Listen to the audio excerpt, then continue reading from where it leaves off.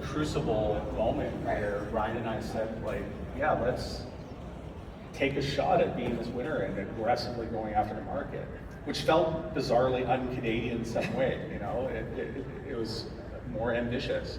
Look at like any kind of mainstream media outlet, you're not seeing Clio typically or stories like that. You're not seeing, you know, founder stories or entrepreneur stories, but people who have built and scaled companies. And you're certainly not seeing entrepreneurship and risk-taking taught or celebrated in, you know, elementary school, high school.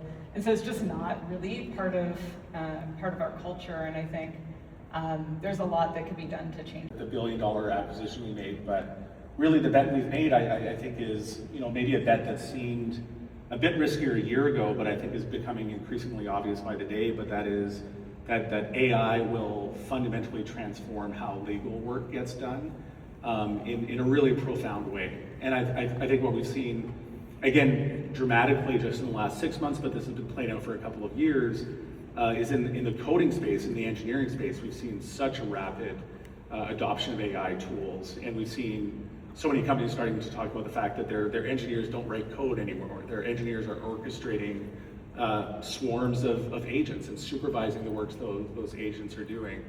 And I think the industry that is just behind software development in that transformation is legal. And when you look at what LLMs are strongest at today, they're strongest at text-based inputs and outputs, and they're strongest when there's a large corpus of information to train off of in generating those outputs. And obviously engineering has that in spades. They've got very structured text code as inputs and outputs, and they've got, you know, petabytes of source code that's been written over the last number of decades that LLMs can train off of. And legal is more or less exactly the same scenario, except that instead of code, there's structured language and contracts and agreements and other kinds of legal documents. There's the billion document corpus. Starting a business today in Canada, what would you advise them? Number one, do it. You know, take the risk, take the leap. And you mentioned, you know, a young founder. I think what you don't appreciate when you're young is how cheap that risk is, in the sense that if you try something and it doesn't work, you can go get that 9-to-5 job, you can go get that safe job, you can go try another startup idea. You know, and it's as you get further and further along in life, you have a spouse, you have kids, you have a mortgage, and you have all the very much exactly the sort of things you're using to now figure out who the potential people are. So none of that's new. AI won't win in this business, not just because one, it has no taste, two, it has no memory, which was my point. Like, it doesn't remember anything. It doesn't get better. There's a huge difference between intelligence and wisdom. They're different scores in D&D, if you want to think about it that way. You're born with the intelligence you're capable of, period, isn't changing, but your wisdom will grow over time. AI appears to have no wisdom, no matter how intelligent it's become, and that's going to cost it. And lastly, our job is not just a pick. Like, in theory, a VC's job is pretty simple. Find, pick, win, and help. I would argue, look, I've bid on 26 companies with a term sheet, I've won 24. Why? Well, I was an entrepreneur for 25 years, that's good, but net, I have a network of 327 tier 1 VCs, including my friends at Foundation, that I can take my entrepreneurs to help them raise their Series A. Is an AI going to do that? Not based on what Bordy's showing me, you can't even help them raise a seed. Well, that's the ties, right? So you have to have the network is something that's valuable, that you can't just add water and you have network. It just doesn't work. Human ties. Has it surfaced, has using AI helped you find something with this new kind of top of funnel approach that you may have not found before, or you found it earlier at a more appropriate moment? I absolutely think so. Actually, one of the things that maybe related to this that we did across the board is to understand how AI has impacted organizations broadly, right, venture included, or organizations broadly. So we talked to a lot of companies. We did 25 to capture brain reactions when people take drugs for mental health stuff, depression, whatever, right? And so I texted her. I said, hey, can we capture feelings? Can we capture the neurological reactions in a human? And if we can we train an AI to be more human? And technically, yes. Technically, you can. You can capture all the feelings, over time, not right now, not today, you could capture all the ticks on your faces, you could capture the social reactions, but we're very, very, very, very far away from being able to access that kind of data. So right now, what we call AI is really this, apples to oranges comparison that is mimicking human based on predominantly unstructured text, maybe some images, but mostly unstructured text. Mad Libs at scale. Right. But do we want that? I don't want AI to have feelings. I don't want, Well, just based on what is being said about not being able to judge facial expressions, I think they probably are trying that. that Oh, could absolutely. work, but I don't want AI to feel. Let's go. One company that's automating back office healthcare paperwork. Teams of 10, now a team of 1. And that's happening over and over and over and over again. So that is absolutely real. At the same time, we do see some new jobs, now new roles, validators, for example. That is definitely picking up.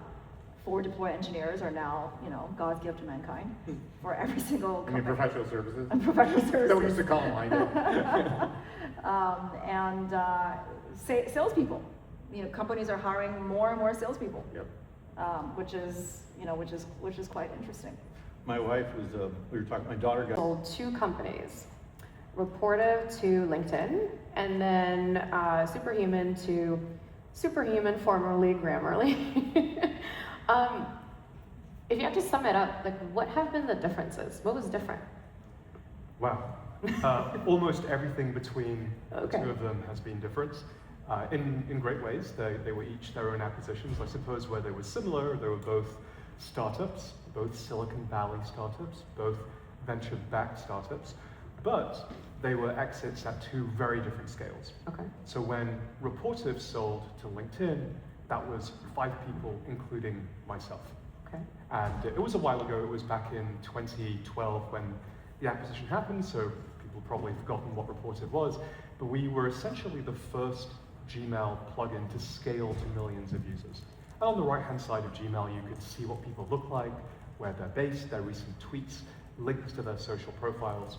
And it turns out we'd managed to amass essentially most of LinkedIn's daily active users onto this one product. Now, it didn't make any money, so it was just 5 people and a beloved tool, an almost sort of cult tool in Silicon Valley that had got all of LinkedIn's daily active users. And so we'll probably come to my little framework for M&A later on in the conversation. That's what I call a outcome in the middle. It's not quite an acqui-hire, but it's also not a scaled business that's making money.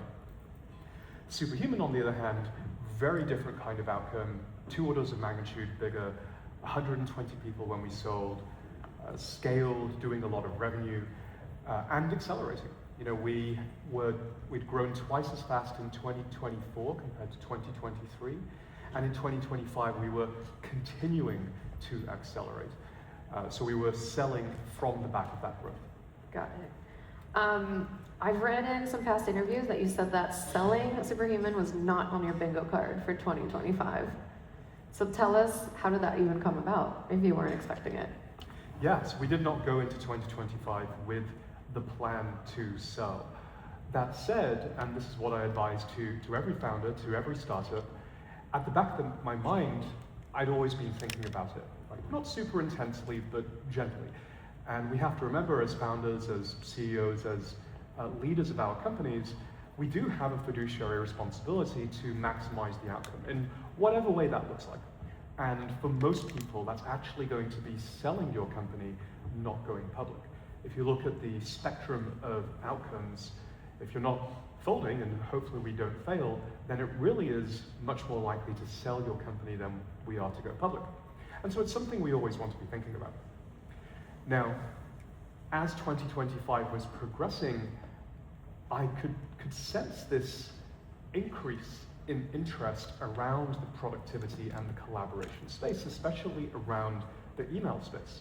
I started getting pinged a lot more by the set of companies that I thought might be acquirers for Superhuman during the course of that year.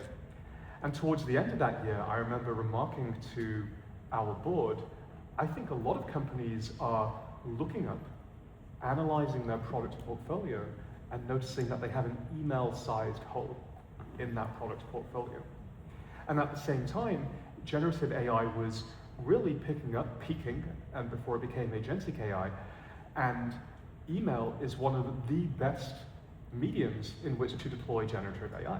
And we're each of us sitting on many novels worth of email that we've certainly received, if not sent. And can you imagine a better place to apply that kind of technology? We couldn't. So we were certainly one of the best placed companies to take benefit from it. So because of that, we had a lot of outreach from companies, and I've been in this game long enough to know that stars rarely align like that. So when it does, you should take it seriously. Right. You said something interesting, that selling was always kind of in your mind as a potential outcome. Was there a point at which, while running Superhuman, when you realized, yeah, this is not going to be an IPO?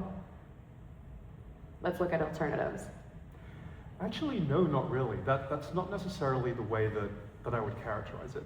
Because, and this is the paradox of running a company, those companies which sell the most easily, and which sell for the most, and which are the most interesting acquisitions generally, are also those companies where the founding team and the leaders and everyone in the company is aligned that the best possible outcome is to one day be a public company, to be as big as possible. That said, when these opportunities to sell come up, you have to take them seriously. I just think that you're so much more likely to encounter them if your goal is to be as big as possible and to one day go public. So it is a little bit of a paradox, and you have to keep both of these things in mind at the same time. So how did the Grammarly Superhuman acquisition come about? Sure. And what made you think, okay, this is the acquire? So this is a good example of surface area for a founder and putting yourself out there as much as possible.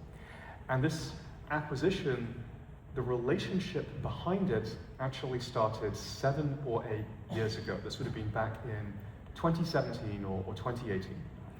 And at that time, I think we were maybe 10 people at Superhuman.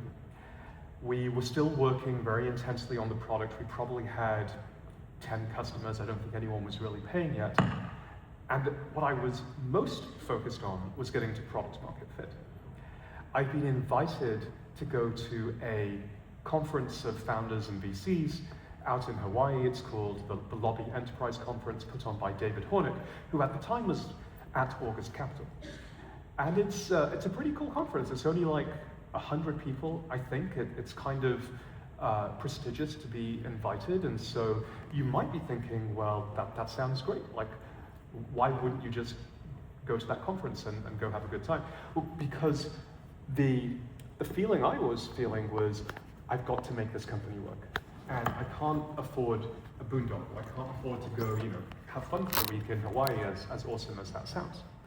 But I had a co-founder at the time, Vivek Sodera, who I had hired to run all of the operations parts of the business. And he sat me down and he was like, listen, there's going to be some incredible people there, and I promise you it will be worth your time. I can't tell you how, and I can't tell you who, but I implore you to go, maybe go early, take a day of vacation, maybe stay late, whatever, and just go meet some incredible people. And I guarantee you something amazing will come out of this. And we had this argument for a day. Eventually he just pushed me out of the office and he bought me a plane ticket. I was like, fine, I'm just gonna go take a vacation. So I arrived there a day early, and I'm just chilling by the pool. There's hardly anyone else there except one other person. His name is Shishir Malhotra. And we were just chilling by the pool. And it was just the two of us, and we were both drinking our margaritas and getting to know one another. And I asked him about his career. And it turns out that he had one of his first jobs was at Microsoft. And he actually worked on Microsoft Outlook. So I said, boy, do I have a product demo for you. So I whipped out my laptop next to the pool, and I do the demo. And he was also at Google after he was at Microsoft. And it turns out he just really loved email. And he was like super passionate about productivity. So I onboarded him right there and then at the pool. I actually took his credit card and we did the whole Superhuman onboarding right there at the pool. Just so you guys know, this is how you sell a Hawaii vacation to your significant other. You tell them it will change your life and you will get credit cards. Just You thank me later, send me a postcard. And so we do that onboarding. The very last part of the onboarding, if you'd been through this, is I would ask you to close your Gmail tab, because I want you to fully commit to being inside of Superhuman. So he's moving his mouse over to close the Gmail tab, and right next to it, I notice another fav icon, another tab, that I didn't recognize. And it had a little K, and I said, hey, what's that? And he said, oh, that's my startup, Krypton. And I said, well, I just gave you the demo of mine, why didn't you give me the demo of yours? And so he gives me the demo of Krypton, and it is hands down the best product demo I'd seen all year, because it was simultaneously a collaborative document editor, it was a spreadsheet, it was an app builder, it was collaborative and team-based. And maybe now that all feels obvious, we're familiar with products like Coda, which is what Krypton turned into, and Airtable and Notion. But back then, 7 or 8 years ago, that was a jaw-dropping idea. I just never seen anything like it. So we swapped demos. I became an angel investor in Krypton, which then became Coda. He became an angel investor in Superhuman. Towards the end of 2020, I'm getting my years wrong, we're in 6, 5, 4. So towards the end of 2024, I remember reading a blog post. Grammarly had announced that they were acquiring Coda, and Shashir wrote this post saying he was going to be the CEO of the new combined company, and that they were going to be building the AI native productivity suite. And then my jaw dropped again, because that's exactly what we were building towards at Superhuman. And so over the last 7 or 8 years, Shashir and I had kept in touch. I immediately sent him a text. I said, number 1, congratulations. Number 2, we should have a conversation, because it sounds like there's a great deal of overlap here. And he jumped on a video call. This was like December 21st, just before he was about to board a plane to go on vacation with his family. And I'm like, hey, should we have a conversation about building this productivity suite together? Because I think together, I tell you, if you plan on building an email app, it's going to take you about 10 years. So don't do that. Let's do it together if that's on your roadmap. And he shared his roadmap, I shared our roadmap, and it turns out it lined up nearly perfectly. So he said, here's the problem. I'm not actually the CEO of the combined company until January 10, and even then, I've got to actually figure out what's going on before I start buying companies. And so we kept in touch for the next few months, and about 6 months later, we then eventually concluded the deal. Wow. That's the By Grammarly. And then one of the first questions I asked Shashir, I was like, okay, so we're building the AI native productivity suite of choice. Clearly Grammarly is a great name for a grammar tool, but it is not the best name for an entire productivity suite or a platform for apps and agents. What are you going to call it? And he said, well, we know we need to change the name. We haven't found anything great yet. Can I run some names by you? So he did. I won't share them here, but they were not great. And I ended up going to the Coda acquisition party in San Francisco in mid-January. So in mid-January, we just started the M&A process. We go to their party, I ask him how the name thing is going, and he has 2 more names, they're also not that great. And so I just kind of laughed, I was like, Shashir, I think I have the perfect name. This name, Superhuman, well, first of all, we picked it to be a 100-year name. We picked it because it has human in the name. And one of the things that set Superhuman apart, both the original company and now also the new combined company, is yes, we are AI companies, but we want to keep humans at the center of everything that we do. The whole point of our product and our software is to free humans up to do what we do best, the taste, the judgment, the strategy. And we really want to give humans superpowers.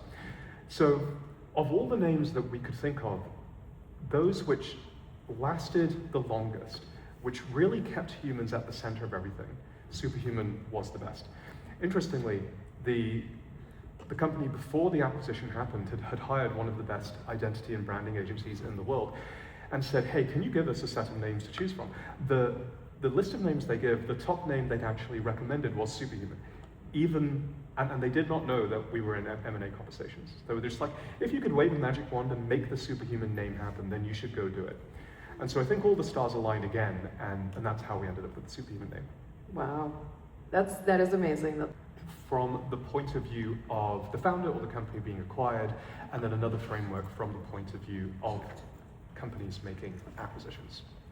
Let's start with the second. I think it's the simpler framework. And this is one that Grammarly/Superhuman used, and I think it's so simple, but it's also so clarifying. If you find yourself in conversation with corp dev or with a company, then this is one to keep in the back of your mind. 3 questions. Number 1, should we be buying a company right now? Number 2, should we be buying a company in this space right now? And number 3, is this the best company to buy in this space right now? And what I like about this framework is whether or not the company is using it, just assume they are, and then lead corp dev / your executive sponsor / the CEO, whoever, through these questions. It is your job to convince them that, yes, they should be buying a company right now. And you need to get the information to convince them that that's the case. Figure out what's on their balance sheet. If it's a public company, you can just go look it up. Figure out how to help them realize that an acquisition is possible. Then help them realize that of all the spaces they could buy companies, yours is inevitably the best next space to buy a company. Then help them realize that in that space, you clearly are the best company to buy. It's just a really nice, simple, logical progression that you can lead people through in a way that doesn't feel as like imagine if you just turned up and said, you should buy my company because XYZ, and you have some strategic rationale. I think you can do that, and it's good to have the strategic rationale, but it feels a lot more inevitable if you can walk people through these 3 steps. Now, on the flip side, how can we as founders optimize for the best possible outcome? Well, here are some lenses to think about. Number 1, where is the urgency coming from? Is it that you, the startup, really need to sell? Or is it that the acquirer really needs to fill a hole in their roadmap? And in as much as possible, you want the urgency to be coming from the acquirer. And what that means is, find acquirers who have, like I said earlier, for us, an email-sized hole in their product portfolio, or a your company-shaped hole in their roadmap. And you should have a list of all of those companies. So that's axis number 1. Axis number 2 is who's buying and who's selling. Right? Ideally, you're not selling because that's just going to depress the value of your startup. You're not going to get the best outcome that way. Ideally, the company is buying. So how do you achieve that outcome? We'll come back to that in a second. And then lens 3 is what is the kind of acquisition? And there's roughly 3 different kinds. The first is a pure player acqui-hire. This is just when you have a handful of people, you haven't even built a product yet, but you're highly capable and you're super passionate and expert in a particular domain. Sometimes you see these acqui-hires go for like stupid amounts of money, especially if there are celebrity founders involved, and they're happening now more than ever. So they can happen, but you have to be a very special team. Then the next stage up is you have a team with a beloved product and a strategic set of users. And that's what my last company, Reported, was, right? We'd 5 people, we built a product that everyone in Silicon Valley was using, and they also happened to be the LinkedIn daily active users. And then the third kind is that, but you've figured out a business, and you have a scaled revenue line, and you're growing really, really fast. And that's where you get billion-dollar plus outcomes generally. That's what most people are shooting for. So again, you want to be in that third bucket. So now you're at To become the platform, or if they don't, sell to the platform. Those are really only your 2 viable choices. And one of the things about being at a larger company, there are so many things that are better. Let's just think about the combined assets. Grammarly has 40 million users today, north of 40 million users. It's a much bigger company than most people realize. We make more than $700 million of revenue per year. So think about the assets that allows us to put, the resources that allows us to put into building our productivity suite. It's pretty huge. Not just in terms of who we can hire, but also who we can continue to buy.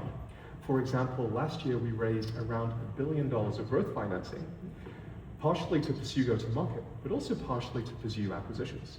And we're constantly evaluating them, we're constantly doing them. We recently closed an acquisition of Rose.com, which will add spreadsheet and table capability to Coda, which is one of our products. It's the best AI workspace for teams. And we are constantly doing more. So our ability to build, as a founder, if I go back to that roadmap I was mentioning earlier, we had a roadmap that we wanted to execute at Superhuman. Shashir had a roadmap that he was executing at Coda. Grammarly also had a roadmap.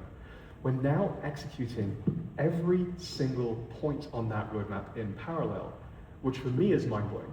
So it's taken the entire Superhuman timeline and compressed it down, so we're doing every single thing at the same time. And so I'll end on this note, by the way, which is we are actively acquiring companies. So if you have a company in the productivity or collaboration space, whether it's small, medium, or large, and you think it would be interesting to join the Superhuman platform, then let me know, because we would love to speak with you. That is a great note to end on. Thank you so much for being here, and thank you guys for being here with us. Thank you.